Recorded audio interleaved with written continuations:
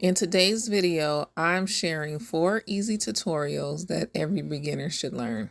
If you're new here, I'm Tiffany Tahaya, the owner of Beadaware Love It, a 6-figure handmade jewelry brand that has shipped over 100K orders across multiple marketplaces. And I help people turn handmade jewelry into a profitable business online. So just sit back, relax, and enjoy these 4 tutorials.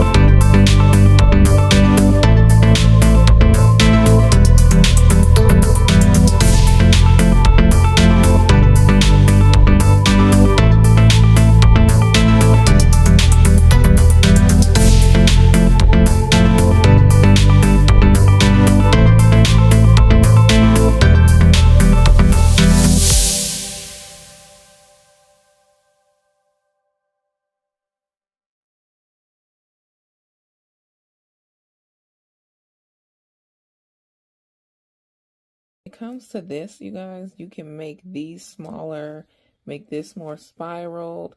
You can put some smaller wire in the middle and connect this part together. You can make this bigger or smaller.